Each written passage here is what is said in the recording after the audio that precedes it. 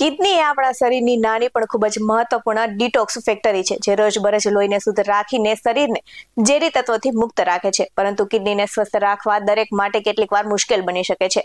તો સારા પોષણ અને યોગ્ય ફળોના સેવનથી તમે કિડનીની શક્તિ વધારી શકો છો. અને આજે આપણે એવા જ કેટલાક ફળોની વાત કરીશું જે નાની નાની ક્રિયાઓ દ્વારા તમારી કિડનીને મજબૂત અને સ્વસ્થ રાખવામાં મદદ કરે છે. નમસ્કાર દર્શક મિત્રો, BS9 TV ન્યૂઝમાં આપની સાથે હું છું નેહા પટેલ.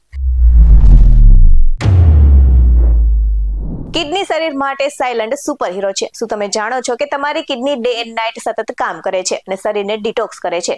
તે લોહીને શ્રેષ્ઠ બનાવવામાં મદદ કરે છે. અને આપણે એવા ફળો વિશે આજે વાત કરવાના છે કે જે તમારી કિડનીના સ્વાસ્થ્ય માટે ખૂબ જ મદદરૂપ થાય છે.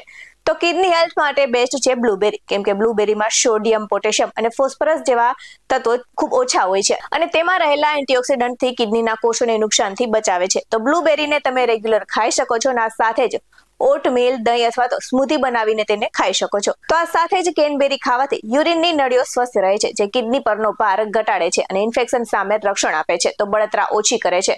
તો કેનબેરીને તમે સલાડમાં ઉમેરો અથવા તો ખાંડ વગરનો જ્યુસ બનાવીને પણ પી શકો છો. તો વધુમાં જણાવું તો સ્ટ્રોબેરી પણ કિડની હેલ્થ માટે ખૂબ જ બેસ્ટ માનવામાં આવે છે, કારણ કે તેમાં વિટામિન સી ભરપૂર માત્રામાં હોય છે અને સ્ટ્રોબેરીમાં પોટેશિયમ ઓછું હોય છે, જે કિડનીના દર્દીઓ માટે સલામત વિકલ્પ બની શકે છે. તો સ્ટ્રોબેરીને તમે સલાડ, દહીં અથવા તો સીધા નાસ્તા તરીકે ખાઈ શકો છો.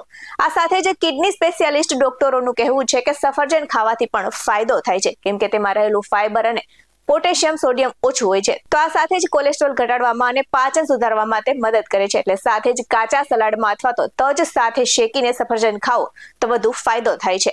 તો આવામાં વધુ એક ફળ એવું છે કે જેનું નામ છે લાલ દ્રાક્ષ. લાલ દ્રાક્ષ કિડનીને કુદરતી રીતે ડિટોક્સ કરે છે. આ સાથે જ તેમાં રહેલું રેઝવેટ્રોલ નામનું લોહીમાં પ્રવાહી ભળી જાય છે અને તે લોહીને સુધારે છે.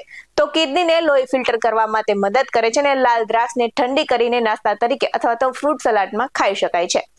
આ સાથે જ લીંબુનું પણ કંઈક આવું જ છે. તો લીંબુમાં રહેલા સાઇટ્રિક એસિડ કિડનીમાં બનતી પથરી અટકાવે છે અને તે શરીરને હાઇડ્રેટ રાખે છે, તો ઝેરી તત્વો દૂર કરે છે. આ સાથે જ પાણીમાં લીંબુનો રસ ઉમેરી પીવો અથવા તો સલાડ પર છાંટીને ખાઈ શકાય છે.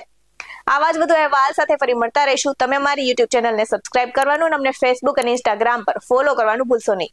બાકી અવનવી અપડેટ્સ મેળવવા માટે આપ જોતા રહો BS9 TV ન્યૂઝ.